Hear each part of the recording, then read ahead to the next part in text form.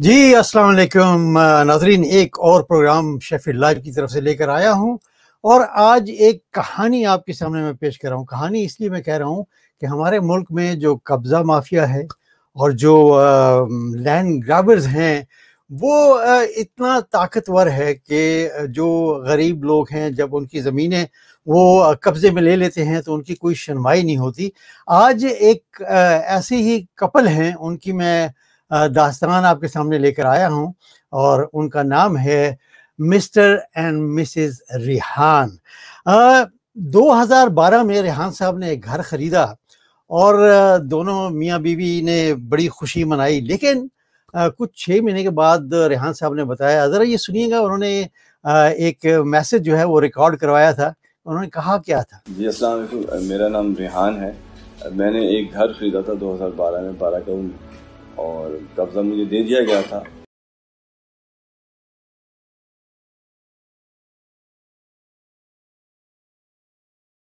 जो है वो इनको दे दिया गया था, लेकिन फिर क्या हुआ ये हम कहानी जो है आज इन्हीं की ज़बानी सुनेंगे। मैं वेलकम कहता हूँ प्रोग्राम में जनाब मिस्टर और मिसेस रेहान काजी साहबा को। जी अस्सलाम वालेकुम। जी वालेकुम सलाम। वालेकुम अस्सलाम। रेहान भाई, आपने ये एक बयान दिया था कि आपने घर खरीदा और आपको कब्जा भी मिल गया। कब्जा मिलने के बाद क्या हुआ, कैसे कब्जा आपसे छिन गया? बेसिकली जब मैंने घर लिया और कब्जा कुछ 6 महीने मेरे पास रहा और 6 महीने बाद मुझे पता लगा कि एक बैलिफ आया और उन्होंने घर मुझसे ज़बरदस्ती ले लिया। तो मैंने उनसे पूछा कि यार ये क्या हो रहा है। तो मुझे उन्होंने बताया कि यार इस घर पे पहले ऑलरेडी आपके खरीदने से 2 साल पहले केस चल रहा था। तो मैंने कहा मुझे तो इसका इल्म नहीं है। तो वो मुझे वहाँ से डिस्पोजेस करके मुझे उन्होंने बाहर निकाल दिया और इस दौरान मैं फिर थाने गया। उनसे मैंने सारी बात बताई तो उन्होंने मुझे कहा कि आपने जिनसे घर खरीदा है आप उनसे बात करें।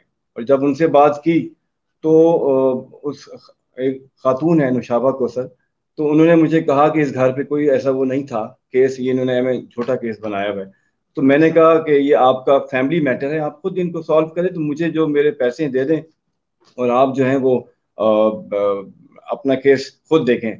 तो उन्होंने इनकार किया कि मैं आपके पैसे बिल्कुल नहीं दूंगी और ना ही मेरे पास हैं, आपने जो करना है करें। फिर इस दौरान मैंने जाके उनके खिलाफ एफआईआर कटाई। उस एफआईआर का फिर ये फायदा हुआ कि उन पे जो प्रेशर आया तो उन्होंने हाई कोर्ट में अपील कर दी। अब हाई कोर्ट इस्लामाबाद में जब अपील की तो 2017 में हमारे हक में फैसला आ गया कि जो उन्होंने केस किया था वो झूठा था, एक फेक एग्रीमेंट बना के उन्होंने ये केस किया हुआ था। तो अल्हम्दुलिल्लाह फिर हम केस जीते 2017 में और 2017 में ही हमें कब्जा मिला। जैसे ही हमें कब्जा मिला, आप यकीन करें हमारी ज़िंदगी जो इन्होंने अजीरन कर दी। ना हमें वो अंदर आने देते थे और ना अगर हम बाहर जा रहे हैं तो ताला लगा देते थे अपना, और अगर हम अपना ताला लगाएं तो उसमें एल्फी लगा देते थे। और मैंने अपने ही घर के, आप यकीन करें सर, के 35 ताले तोड़े हैं जिसके अंदर एल्फी डली होती थी। तो इस दौरान जब मैंने देखा यहाँ इतने बुरे हालात हैं तो मैं वहां से शिफ्ट हो गया रेंट हाउस, रेंट पे। और ठीक। ये सूरत हाल रही। और अच्छा, इसके बाद उन्होंने मेरे जी जी, जी। मैं हमारे साथ इस वक्त जनाब इफ्तिखार चौधरी साहब जो हैं वो भी शामिल गुफ्तगू हो रहे हैं इस्लामाबाद से। इफ्तिखार चौधरी साहब जो हैं उनकी आपसे मुलाकात हुई और उन्होंने आपको बताया कि यहाँ लैंड ग्रैबर एक सेल है। और इफ्तिखार चौधरी साहब जो हैं वो शेफील्ड लाइव के साथ हमारे साथ कम अज़ कम नहीं तो 10-11 साल हो गए हैं प्रोग्राम करते हुए, और बहुत सारे ऐसे केसेस आते हैं जिनमें वो अपने आप को मुलव्वस कर लेते हैं और वो उनका जो मसला है वो हल कराने में पूरी पूरी उनकी मदद भी करते हैं। लेकिन ये जो मतलब कि लैंड ग्रैबिंग एक सेल बनाया है प्राइम मिनिस्टर की तरफ से, उससे पहले कि मैं उस तरफ आऊं, आप ये बताइएगा कि एक प्राइम मिनिस्टर पोर्टल भी बना हुआ है, उस पर आपने कुछ कंप्लेंट की, उसका कुछ नतीजा निकला कि नहीं? इफ्तिखार भाई अस्सलाम जी वालेकुम। बिल्कुल। एक वालेकुम सलाम काई साहब। हाँ इफ्तिखार भाई, मैं जरा थोड़े से क्वेश्चन कर लूं इनसे तो फिर आपको भी शामिल करता हूँ। जी जी वेलकम सर, रेहान वेलकम। भाई। जी रेहान भाई। जी बिल्कुल, मैं पोर्टल पे गया था और मैंने एप्लीकेशन दी। तो उन्होंने वो पहली एप्लीकेशन हमारी रिजेक्ट कर दी कि आपका इशू जो है वो अभी हम लोग देख रहे हैं। और 1 2 3 4 महीने हो गए, कोई उस पर उन्होंने आंसर नहीं दिया। फिर दोबारा जब हमारी मुलाकात हुई इफ्तिखार साहब से तो उन्होंने बहुत हेल्प की और आज हम अगर बैठे हुए हैं और अगर आज हमने कुछ अचीवमेंट किया है तो इफ्तिखार साहब की वजह से, इनकी जो गाइडलाइन थी और इनकी जो आप कह रहे लीगल काउंसलिंग थी, वो उससे हमें बहुत फायदा हुआ। तो एक दिन फिर मुझे फोन आया एसएसपी ऑफिस से कि जी आपकी अच्छा चले, मीटिंग। वो एसएसपी ऑफिस जो है उस पे मैं आगे मजीद बात करूंगा। मिसेस रेहान काजी, आप बताइएगा कि how did you feel about all this? देखिए जी, this is a turning point in our lives. ये हम लोग तकरीबन 2012 से लिटरली हम लोग ऑन द रोड हैं और धक्के खा रहे हैं, और इस चीज़ पे इंसाफ और जस्टिस के लिए हमने हर तरह का we have turn every stone, लेकिन कहीं से कोई जवाब पॉजिटिव रिजल्ट आता नहीं था। और thanks to prime minister's portal also, उसकी वजह से हमें बड़ा सुना गया, उसकी वजह से हमें एक प्लेटफॉर्म मिल गया जहाँ पे हमारी बात सुनी गई। थोड़ा डिले हुआ, लेकिन ये है। लेकिन अभी रेहान साहब कह रहे थे कि पोर्टल पे इन्होंने कंप्लेंट की, लेकिन उसका कोई यानी कि पेशकदमी उस पे नहीं हुई। शुरू में जी it took them almost a year portal पे भी हमारे तक रिवर्ट करने में और उसको रिस्पॉन्स देने में। तो जो फर्स्ट टाइम हमने कंप्लेंट डाली थी तो उसका रिजल्ट नेगेटिव ही आया, आई वुड से, क्योंकि जो हमारे यहाँ अनफॉर्चुनेटली जो सिस्टम है उसमें इतने कुछ लूप होल्स हैं और कम्युनिकेशन गैप्स हैं, जिसकी वजह से वो पूरी बात की तहकीक नहीं कर पाए, और वो कोर्ट्स का जो सिस्टम है, जो हमारा लीगल सिस्टम है, उसके थ्रू और उनको रेफर कर दिया। और उन्होंने कहा कि जी जब तक ये FIRs और ये बाकी चीज़ें क्लियर नहीं होंगी, हम आपको इस पे कोई हेल्प नहीं कर सकते। फिर उसके बाद दोबारा हमने अभी रिसेंटली इफ्तिखार साहब की लीगल काउंसलिंग और जो डायरेक्शन इन्होंने हमें दी विदाउट एनी इंटरेस्ट, इन्होंने बेलॉस तरीके से जिस तरह हम लोग को गाइड किया, हमने दोबारा अपना केस टेकअप किया पोर्टल पे, और अल्हम्दुलिल्लाह उसका रिजल्ट ये निकला कि हमें वहाँ पे सुना गया और वो कंसर्न डिपार्टमेंट में मार्क हुई, और वहाँ पे मिनिस्ट्री ऑफ इंटीरियर है जो जिससे पूरा मैटर कंसर्न होता था। फिर एंटी लैंड ग्रैबिंग जो यूनिट बना है ICT की तरफ से, या जो प्रेजेंट गवर्नमेंट सिस्टम है उसकी तरफ से, उसकी वजह से भी चीज़ों में बड़ी बेहतरी आई है। और एक इस प्रोसेस की वजह से ये हुआ कि हमें सुना गया, और मिनिस्ट्री ऑफ इंटीरियर में ये फिर हमारी एप्लीकेशन मार्क हुई, वहाँ से फिर जी प्रोसेस इनिशिएट हुआ है। For the first time in so many years हमें सुना गया, और स्टेप बाय स्टेप फिर मामला आगे चले। और फिर अभी जिस तरह के अभी रेहान साहब ने जिक्र किया कि SP ऑफिस से, SSP ऑफिस से हमें कॉल आई, जो एक प्रोटोकॉल है, जो एक पूरा प्रोसीजर है उसके तहत, और मेरिट पे हमें और प्रोसीजर के तहत हमें बुलाया गया, और उसके बाद स्टेप बाय स्टेप मामला आगे बढ़े, और अल्हम्दुलिल्लाह आज हम आपके सामने इस चलें, मैं थोड़ा सा ये भी बताता चलूं कि जो अदारा है CID पुलिस जो है, उसमें कौन कौन शामिल थे और कैसे ये जो चीज़ है आगे बढ़ी। सबसे पहले मैं बताना चाहूँगा कि जो ये थे जनाब डिप्टी कमिश्नर हैं रेवेन्यू के कामरान चीमा साहब, ये थे।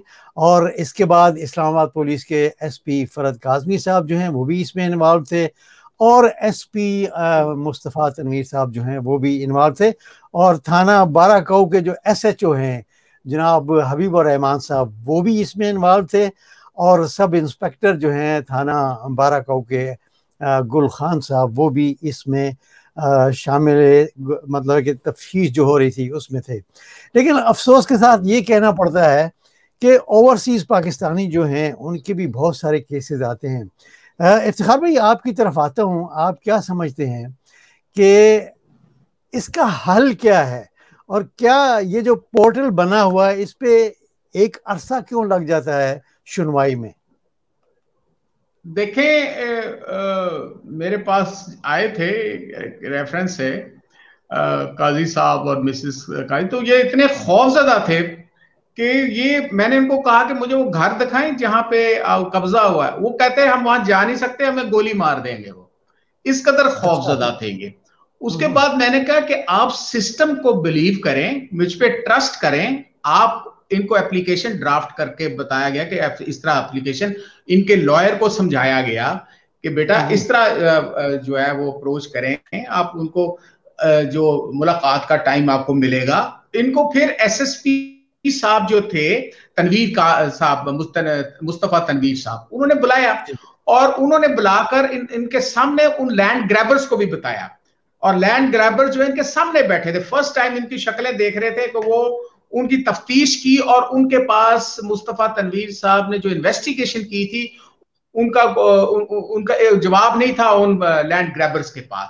और उसी दौरान इनका जो प्रीवियस जो था, एक जो आईओ था उनका, गौस शायद उनका उसका नाम था, उसको भी सस्पेंड किया गया था।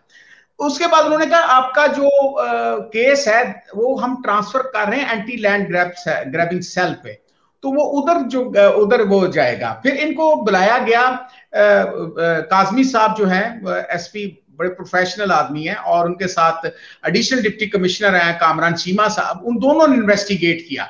उनके पास एग्जेक्टिव मजिस्ट्रेट होना जरूरी होता है इस तरह के कामों के लिए। तो वो जो इन्वेस्टिगेट किया तनवीर अपना मुस्तफा साहब अपने काजमी साहब ने और चीमा साहब ने, दोनों ने, और लैंड ग्रैबर्स को सामने बुलाया गया, और तमाम रिकॉर्ड जो था, ये लोग जो थे इन्होंने बैलफ लिया था, यानी हाई कोर्ट से इन्होंने बैलफ लिया, बैलफ के बावजूद कल इनके हैंड ओवर हो गया। उसके बाद उन्होंने घर पर कब्जा किया, फायरिंग हुई, सब कुछ, क्योंकि ये मुख्तसर बात नहीं, काफी लंबी है, लेकिन मैं चंद बातें आपसे कर रहा हूं। और बकायदा उस घर के बाहर उन्होंने चौंतरा हाउस लिख दिया, और लिखने के मतलब ये था, वो चौंतरा एक बहुत मशहूर जो मुस्लिम लीग नून के एक एमएनए है, उनका रेफरेंस दिया जाने लगा कि ये उनके लोग हैं, हालांकि शायद उसको पता भी ना हो कि यार ये मेरा नाम लिया जा रहा है। फिर जब दोनों ने इन्वेस्टिगेट किया तो उन्होंने, यानी चीमा साहब ने और काजमी साहब ने, फरद काजमी साहब, उन्होंने जनाब प्रोफेशनली मेरिट पर काम किया, और मेरिट पर काम करने के बाद उन्होंने ऑर्डर किया कि आप इन 4 लैंड ग्रैबर्स पर एफआईआर दें।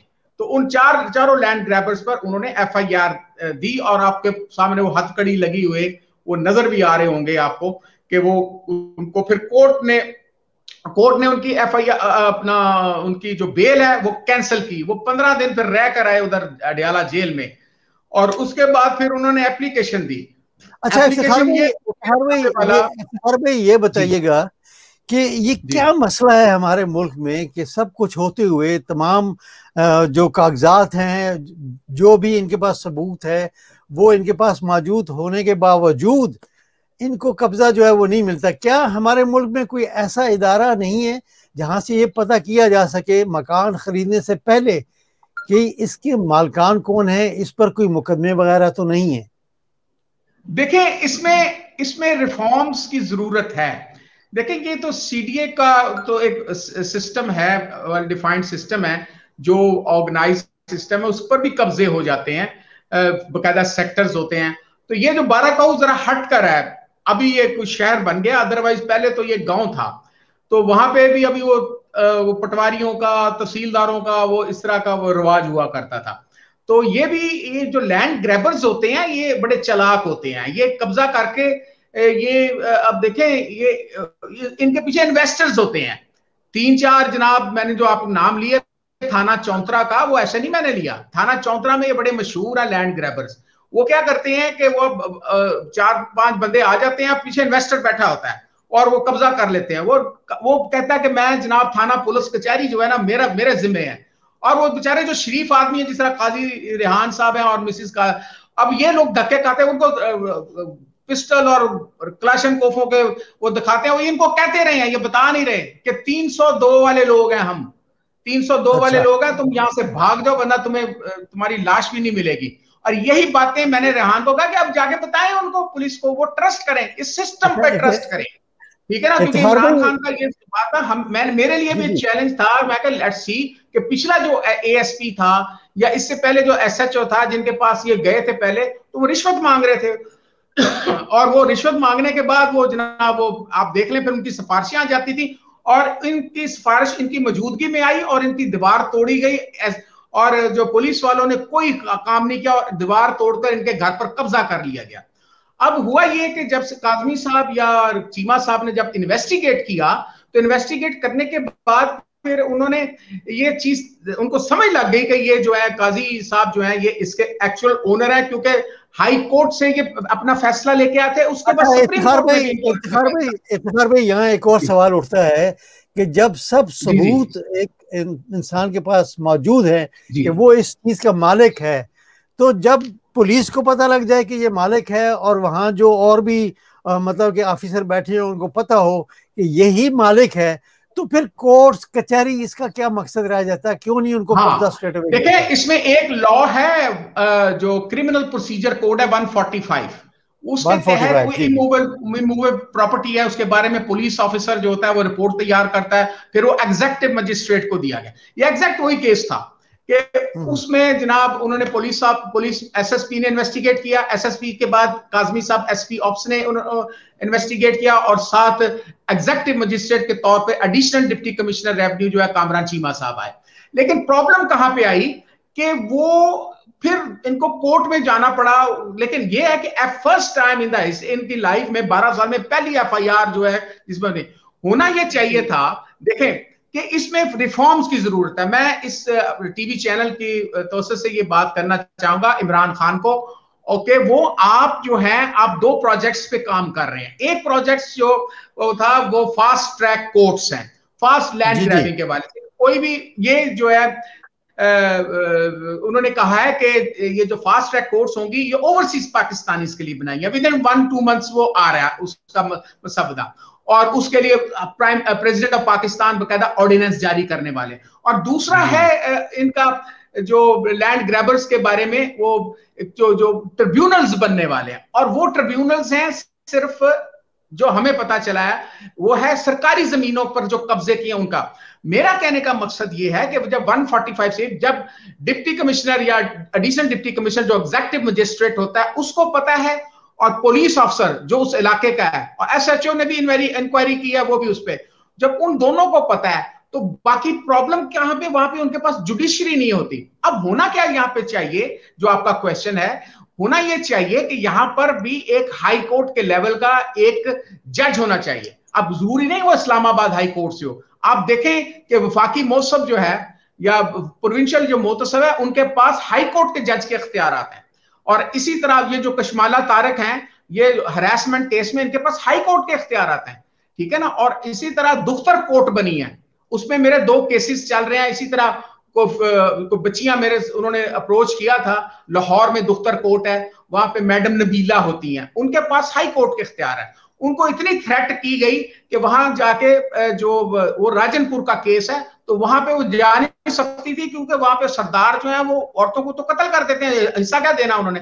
तो वहां पे उन्होंने केस टेकअप किया, और वो जो सिविल जज की अदालत में जो ये इनका आदत ये होती है लैंड ग्रैबर्स की कि कब्जा करके स्टे ले लेंगे, तो उसके उन्होंने फौरन स्टे को हटा दिया। हटाने के बाद उन्होंने कहा कि ये सारा जो माल है वो जो सीनियर सिविल जज के पास जो भी केस है वो इधर लेकर आए। तो होना यहाँ पे ये चाहिए कि यहाँ इनके साथ जो है जो कमेटी है एंटी लैंड ग्रैबिंग कमेटी जो है इस्लामाबाद की, और वो उसी तरह इनके साथ कोई जज बिठाया जाए और वो जज को इख्तियार दे दिए जाएं। कोई सीनियर लॉयर हो सकता है जिसको जज के इख्तियार, जिस तरह कशमाला तारक है वो लॉ किया हुआ, ठीक है, नहीं किया ये जो वो उस पर कुछ एतराज़ात उठे थे, लेकिन वफाकी मोहतसब है, प्रोविंशियल जो मोहतसब हैं उनके पास हाई कोर्ट के इख्तियारात होते हैं। तो मेरा कहने का मकसद ये है कि इस किस्म के जो इख्तियारात देने जाए ताकि 3 की पार्टी बन जाए, 3 की एक कमेटी बन जाए और मौके पर डिसाइड करें, और काजी साहब को कहेंगे चलो हमारे साथ, ये जो है कानून में साबित हो गया कि ये आपकी जमीन है, आपका घर है, आप हमारे साथ चलें। जज साहब ये बैठे हुए हैं, और ये इस पर अगर कोई इतराज है, जज सामने बैठा हुआ है और वो हाई कोर्ट के इख्तियार आते हैं, उसके ऑलरेडी ये सुप्रीम कोर्ट से केस जीत चुके हैं। सुप्रीम कोर्ट से जब केस जीत चुका है, सुप्रीम कोर्ट से तो ऊपर अल्लाह की कोर्ट है, इससे ऊपर तो कोर्ट ही कोई नहीं है। तो को आसान करने के लिए वजीर आजम इमरान खान से मेरी गुजारिश ये है कि एक 145 क्रिमिनल प्रोसीजर कोड जो है उसको एम्पावर करें, कुछ पुलिस को और जो एग्जेक्टिव मजिस्ट्रेट को एम्पावर करें, और उसमें एक जज जो है उसको उसमें शामिल करें, और वो जज जरूरी नहीं है किसी हाई कोर्ट से आप लें, आप किसी भी जो लॉ का एक्सपर्ट है उसको लें। और उसके बाद जो ट्रिब्यूनल्स की बात कर रहे हैं सरकारी जमीनों के हवाले से और फॉर उनके लिए ओवरसीज पाकिस्तानी के लिए, तो आप जो कॉमन पीपल हैं जो बहुत ज्यादा तंग है इन लैंड ग्रैबर से, ठीक है, उनके लिए भी इस किस्म की आप अरेंजमेंट करें जो कि वो फास्ट ट्रैक टाइप या ट्रिब्यूनल टाइप ताकि इन लोगों को मजीद पैसे ना खर्चें। ये अदालतों पे सर पैसे लगते हैं, जब आप जाते हैं हाई कोर्ट में, चले ठीक है इफ्तिखार भाई, मुझे पता है कि ये जो खातून सामने बैठी हुई है, मुझे पता है कि इन्होंने अपनी चूड़ियां भी बेची हुई, इन्होंने अपने जदातें भी बेची हुई और उन्होंने कर्जे कितने लिए होंगे। जी इफ्तिखार भाई, मैं आता हूँ रेहान भाई की तरफ। रेहान भाई, आप साफ जाहिर है कि जब उन्होंने आपको बुलाया और आप उनके सामने पेश हुए, तो how did you feel about it? उनका मतलब कि आपके साथ कैसा बर्ताव था, आप जरा थोड़ा सा इस पे बताइएगा। जी बिल्कुल, उसमें अगर मैं आपको ये बताऊं कि जब मैं थाने में जाता था तो मुझे लगता था कि या मेरा जो हार्ट बीट है वो बाहर आ जाएगी, क्योंकि मुझे पता है उन्होंने मेरी बात नहीं सुननी। ये फर्स्ट टाइम हुआ है कि जब मैं वहाँ गया हूँ तो बिल्कुल एक फैमिली वाला माहौल था, बहुत प्यार से उन्होंने बात की, उन्होंने डॉक्यूमेंट देखे और उन्होंने मुझे पूरी तसल्ली दी कि आपके साथ इंसाफ होगा अगर आप हक और सच पे हों। तो अल्हम्दुलिल्लाह जो उन्होंने डॉक्यूमेंट देखे तो मुझे तो इतना कॉन्फिडेंस पैदा हो गया मेरे अंदर कि मैंने कहा ये तो हो ही नहीं सकता पाकिस्तान में इस तरह का।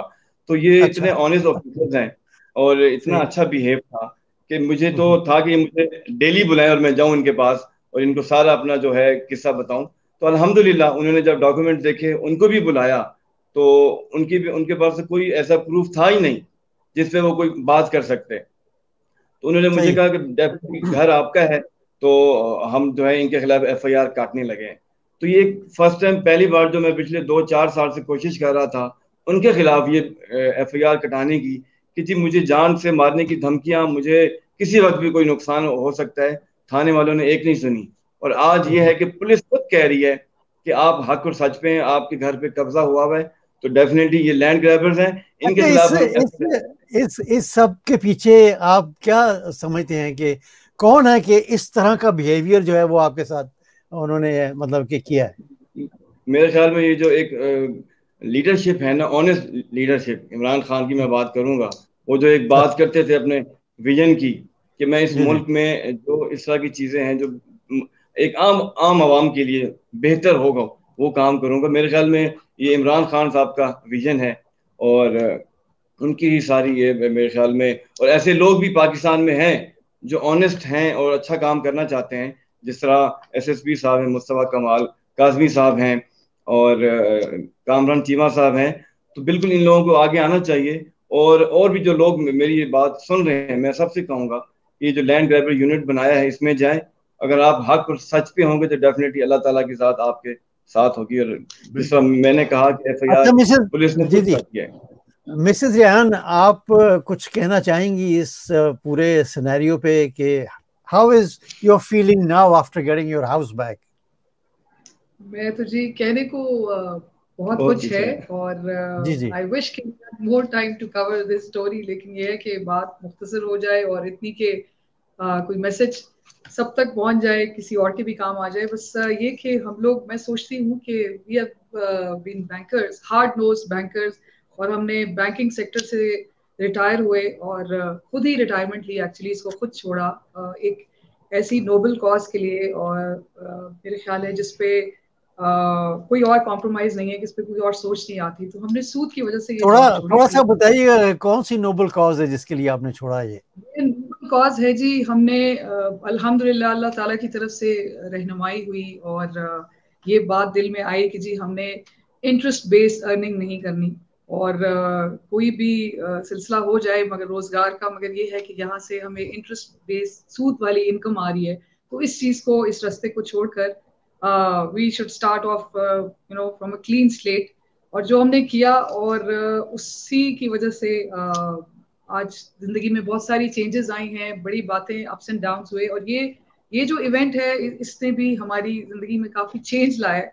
अब ये था कि हमने अपनी सारी एक तरफ ये फैसला लिया और इस पे कायम रहना, इस पे स्टिक करना, इट्स नॉट सो इजी। आप कह तो देते हैं कि आपने सूद के लिए ये काम छोड़ दिया है, लेकिन उस पे फिर स्टिक करना, उस पे कायम रहना, ये जो आगे हमारे ऑब्स्टिकल्स आए, ये जो सारे मामलात हुए, तो उसको हमने अल्लाह ताला की तरफ से एक आजमाइश या एक काबिल तो नहीं है मगर एक टेस्ट समझा, और इस पे अल्लाह ही ने सब्र दिया जी, और इस पे हम चलते रहे आगे, और अल्लाह ने मदद किया, वसीला किया, और आगे माशाल्लाह चौधरी इफ्तिखार साहब जैसे हमारे आप कह लें कि मेंटोर, इन्होंने हमें जिस तरह से डायरेक्ट किया, एक अरसा लगा मगर सब्र का फल थोड़ा मीठा होता है। तो वो फिर ये है कि हमें आके इस स्टेज पे थोड़ी तसल्ली हुई, क्योंकि आप ये देखें कि हमने अपनी दोनों हस्बैंड एंड वाइफ ने जो भी हमारी सेविंग्स थी, मैंने जो कुछ अपनी ज्वेलरी थी वो सारी, अपनी चूड़ियां जेवर सब कुछ बेच कर ये घर हम लोगों ने लिया कि अपने बच्चों को कोई बेहतर मुस्तकबिल दे सकें, जो एक हर इंसान की, हर माँ बाप की, सभी की एक ख्वाहिश होती है और उनका हक भी है। तो उसके बाद जो कुछ हमारे साथ हुआ उसमें हमने बड़ा कुछ सीखा भी है। और उसमें अब ये है कि अगर ये गाइडेंस जो ये डायरेक्शन हमें मिली है, इसकी वजह से जो है मैं इसका काफी क्रेडिट जो है यहाँ पे भी देती हूँ अगेन, कि अगर हमें यही सारा कुछ था, यही मटेरियल था, यही एविडेंस था, यही प्रूफ थे, यही फैसले थे हाई कोर्ट के, सुप्रीम कोर्ट के, सब कुछ यही था, और लेकिन हमने उसको जिस तरह से प्रेजेंट किया और वो चीज उस वक्त सुनी नहीं गई। और फिर ये कि मेरे ख्याल है कि जो प्रेजेंट गवर्नमेंट है उसको जिस तरह से ये उन्होंने कुछ चेंजेस लाए हैं, जो 3 इयर्स की परफॉर्मेंस है वाकई पीटीआई की, अब it has started reflecting in so many sectors, नजर आती है। और वो कहते हैं जी sky is the limit when it comes to improvement, तो अभी भी कोशिशें जारी हैं, this is not the end. तो चौधरी साहब ने जी लीगल काउंसलिंग जिस तरह की है उससे हमें बड़ी क्लैरिटी मिली, हमारे अपने ही पॉइंट्स थे, हमारे अपने ही केसेस का मटेरियल था जो हम शायद इस एंगल से नहीं देख सकते थे, जो आप इनका तजुर्बा है, तो उससे हमें बड़ा फायदा हुआ। और उसकी वजह से फिर ये है कि आज हम यहाँ बैठकर आपके सामने बात कर रहे हैं, और इस प्लेटफॉर्म के थ्रू हम बाकी लोग हमारे जैसे, अगर मैं सोचती हूँ कि we have been from banking background, और हम लोग कोई इस तरह नहीं कि एक बिल्कुल ही ऐसा एक्सपोजर ना हो जिंदगी में और ऐसा वाकया हमारे साथ हो जाए, अगर हम जैसे लोगों के साथ ये हो सकता है इस तो फिर आम आदमी क्या करता होगा, और वो आम आदमी किस तरह सरवाइव करता होगा। हमें इतने पापड़ बेलने पड़े और हमें तब जाके तो ये अब आके सिलसिला मिला और ये डायरेक्शन मिली, और हम माशाल्लाह सही लोगों तक पहुंचे हैं, सही डायरेक्शन में आए हैं, जिसमें और ये जो पुलिस का इंप्रेशन है, आई थिंक हम लोग भी ये लोगों को बताना चाहेंगे कि ये जो हमारे यहाँ पुलिस का एक इंप्रेशन था, एक उनका जो इमेज बना हुआ था, I think it is about time के लोगों को बताना चाहिए और उस इमेज को चेंज करना चाहिए। और जो हमने विटनेस किया अपने जाती एक्सपीरियंस से, कोई सुनी सुनाई बात नहीं है, ये हम दोनों के साथ हमारी जिंदगी का एक वाकया है, और ये उन्हीं लाइंस में हम बात कर रहे हैं कि उसके थ्रू हमें पता चला है कि वाकई हमारी पुलिस जो है वो उसमें काफी चेंज है, उनमें उन्होंने बड़ी बहुत सारी इफ्तिखार भाई, ठीक है, बहुत शुक्रिया इफ्तिखार भाई। आप क्या समझते हैं कि ये चेंज सिर्फ इस्लामाबाद में है या आने वाले दिनों में कुछ ये चेंज जो है बाकी मुल्क में भी होगी? देखें, अभी कुछ मसाइल हैं पंजाब के अंदर एक्चुअली जो इस्लामाबाद है उसमें एक ही आईजी होता है, एक ही एसएसपी होता है, और इसी तरह एक ही चीफ कमिश्नर, और ये सारा सिलसिला चल रहा है। वहां पे एक्चुअली कुछ आप देखो, चौधरीयों को भी खुश करना पड़ता है, कभी दूसरों को खुश करना पड़ता है। अभी 2 दिन पहले पंजाब के जितने भी डिप्टी कमिश्नर थे वो तकरीबन तमाम बड़े शहरों को तब्दील कर दिए गए, क्योंकि इमरान खान उससे वो खुश नहीं था।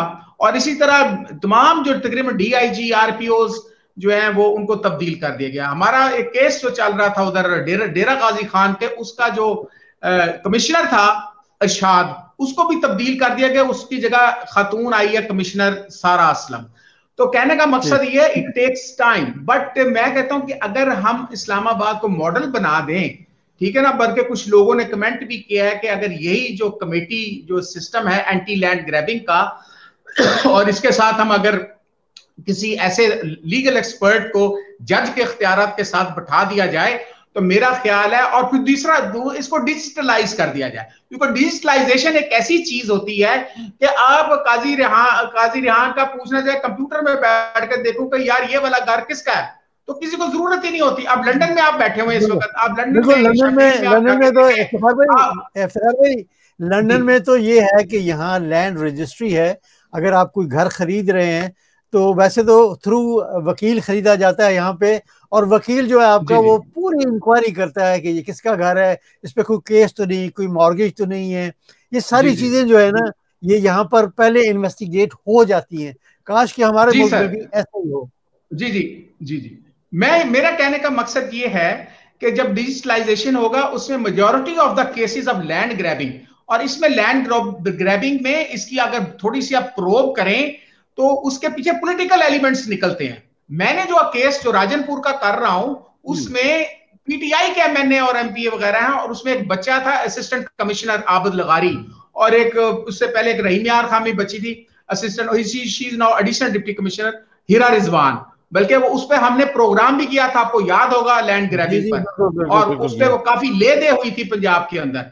लेकिन ये एक जो एग्जांपल है, देखें जब काजी साहब मेरे पास आए थे तो मैंने कहा यार आप इस सिस्टम पे ट्रस्ट करके देखें इमरान खान के इस दौर में, तो ये थाने जाएं। ये कहते मेरा दिल बंद होता है, थाने वालों ने अगर पकड़कर मुझे बंद कर दिया या कोई और पर्चा डाल दिया मैं क्या करूं, मुझे गोली मार दी मैं क्या करूं। मैं कहा जी वैसे इफ्तिखार भाई ये गलत नहीं, ये तनवीर के पास गए, उसको उनको मैं लीगल एडवाइस भी दिया, मैं कहा अपना केस बने, आप सच बोलें, और वो जो पुलिस होती है। जी जी चले इफ्तिखार भाई, जो इनका एक्सपीरियंस है ना, I have seen it with my own eyes कि it is a very bad experience going to थाना, एंड आई होप कि जो मैं देख रहा हूँ या सुन रहा हूँ अभी, काश के हर थाने में ऐसे ही माहौल हो, जब किसी को बुलाया जाए उस पर तशद्दुद ना हो। नहीं मेरा देखिए, एक तो ये बात की है ना इन्होंने काजी साहब ने लीडरशिप के वाले से, देखिए एक लीडरशिप है, ऊपर प्राइम मिनिस्टर जो है वो उससे 100 गलतियां होती होंगी, वो 3 साल का दौर आ गया, ये हो गया, उसने ये कर दिया वो कर दिया, लेकिन वो करप्ट नहीं है, पहली एक बात आपको समझा बिल्कुल क्लियर कर दो। और जब वो ऊपर से जब आपको फीडबैक आती है नीचे, जब वो ट्रिकल डाउन करता हुआ नीचे आता है, तो नीचे भी फिर जो एनकरेजमेंट में होती है, जो ऑनेस्ट ऑफिसर्स होते हैं, जो प्रोफेशनल्स होते हैं, वो ऑनेस्ट ऑफिसर जो होते हैं वो फिर वो खुला जो आके वो कर रहे हैं। मैं आपको शर्तिया बता रहा हूं कि पुलिस वालों ने इनको बताया नहीं है कि इनके खिलाफ जो दूसरे जो लोग हैं मुखालिफ, जो लैंड ग्रैबर्स हैं, उन्होंने पता नहीं किन किन पॉलिटिशियंस और सरकारी अफसरों के टेलीफोन करवाए हैं, और ये इनको मैंने कहा था, मैंने आपको कोई टेलीफोन, बल्कि कोई टेलीफोन ना आपके लिए करना है ना किसी से करना है, आप इस सिस्टम पे ट्रस्ट करें और यू विल सी कि डिविडेंड पे होगा। आपको प्रेजेंट करना, जो केस को प्रेजेंट करना आना चाहिए। To hell with your lawyer, lawyer तो उनको 12 साल से खा रहे हैं, इनको पता नहीं वो चूड़ियां बेच रहे हैं। मैंने वैसे कोई फीस नहीं ली, चाय पी है मैंने आपसे, वैसे सॉरी वो चलो ठीक है, भाई है छोटे, वो इन्होंने कहा ना वो चूड़ियां बेची हैं, तो मैं कहती वो मेरे दोनों सिकंदर आजम में दोनों हाथ खाली हैं, तो ये क्योंकि छोटे भाई हैं। और भाई मैं सिर्फ इतना बता रहा हूं कि ये जो है ये सिस्टम पे ट्रस्ट करें ना, और ये इंशाल्लाह ताला अल्लाह ताला इनकी हेल्प करेगा, इनकी हेल्प की। अब मेरा सिर्फ एक दुआ है इनके लिए कि आप इस स्टेज पे पहुंच चुके हैं कि वो घर इनके नाम ट्रांसफर करें या इनको दें, ट्रांसफर तो है ही नहीं, है ही इनके नाम है, तो इनको इनके हवाले करें, और पुलिस अथॉरिटीज और जो एग्जीक्यूटिव मजिस्ट्रेट हैं अपना चीमा साहब, वो जो है वो इनके हवाले करें, क्योंकि अब चीज तय हो गई है। अब वो बेल करा के आए, उनको 10 साल कैद हो जाएगी। आज उनको बता दिया गया, आज उन्होंने एप्लीकेशन दी थी कि जनाब हमारे साथ ज्यादती हुई है मुखालिफ पार्टी ने, उन्होंने कहा जी कोई ज्यादती नहीं हुई, आप लोगों ने 2 नंबरी की है और आप लैंड ग्रैबर्स हैं। फिर इनको भी बुलाया, इनको भी आज बुलाया, और इनको भी ये कहा कि जनाब ये केस आपका है, और ये सिर्फ इसलिए नहीं है कि आप शक्ल से शरीफ आदमी लगते, इसलिए कि आपका केस मेरिट पर है और आप हक पर है। तो लिहाजा मैं दुआ करता हूं, और बल्कि इमरान खान साहब से भी मैं गुजारिश ये करूंगा कि इस तरह के केसेस में जब चीज सामने आ गई है कि ये लोग जो हैं एक्चुअल जो ओनर हैं उसके, तो वो इस सिस्टम बिल्कुल सहल आसान कर देना चाहिए कि भाई आओ चलो बैठो गाड़ी में और ये चाबी लो, और ये बैलफ तो एक दफा दे चुका है इनको घर, तो कितनी दफा आप ये केस लड़ते रहे, उतने का घर नहीं होगा। 3 करोड़ बेच चुके होंगे, वो इन पे पैसे लग चुके हैं 12 साल में। तो this is my point of view. जी thank you very much Iftikhar भाई, आपका बहुत बहुत शुक्रिया, और मिस्टर एंड मिसेस रेहान आपका बहुत बहुत शुक्रिया कि आपने अपनी जो ये दर्द भरी कहानी पिछले 8-9 साल से चली आ रही है वो हमारे साथ शेयर की, और हमें उम्मीद है कि आपके आगे जो आने वाले मामलात हैं वो इसी तरह, जिस तरह ये पुलिस ने बिहेव किया है आपके साथ, इसी तरह वो भी करेंगे और आपके मामलात जो है वो हल होते जाएंगे। आपका बहुत बहुत शुक्रिया, thank you very much. Thank you जी, अल्लाह हाफिज जी, बहुत बहुत शुक्रिया, थैंक यू वेरी मच जी। इफ्तिखार भाई, आपका भी बहुत बहुत शुक्रिया, थैंक यू वेरी मच, और इंशाल्लाह आइंदा किसी प्रोग्राम में ज़रूर आपसे मुलाकात होगी। Very kind of you, thank you very much. Welcome Allah sir, हाफिज़ जी, वेलकम। बहुत अल्लाह बहुत हाफिज। शुक्रिया, अल्लाह हाफिज़ जी। और यही था आज का प्रोग्राम, और बड़े कहीं खुशी की बात भी होती है, कहीं थोड़ा गम भी आता है। गम तो आता रहा है इतने अरसे से कि हमारी पुलिस जो है उसका कैसा बिहेवियर है, लेकिन ये हमारे साथ सामने एक कपल जो है वो आए हैं और इन्होंने कहा है कि जी हमारे साथ पुलिस ने बहुत अच्छा बर्ताव किया है। काश हमारे पूरे मुल्क में जो पुलिस है उसका बर्ताव इसी तरह हो, जो भी कंप्लेन लेकर आए। मुझे अगले प्रोग्राम तक इजाज़त दीजिएगा, अपनी दुआओं में बहुत सारा याद रखिएगा। अल्लाह हाफिज़।